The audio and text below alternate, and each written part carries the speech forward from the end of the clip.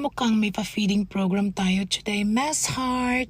Ginawa na daw ni Madam ang lahat. Talagang mahapdi na ang anit niya kasusuyod para lang mabawasan ang population ng mga baby niya. Pero effect pa din. Sige, Miss Heart, babaran mo na ng pang-rebond ang ulo ni Madam. Naluto na sa gamot, i-blower na natin ang hair ni Madam. For sure, nagwawelga na nito ang mga inakay niya. Siyempre, kailangan din natin plansyahin ang hair ni Madam para kumapit na yung pang-rebond sa buhok niya. Ang bongga talaga ng hair ni Madam, parang galaxy, ang daming stars.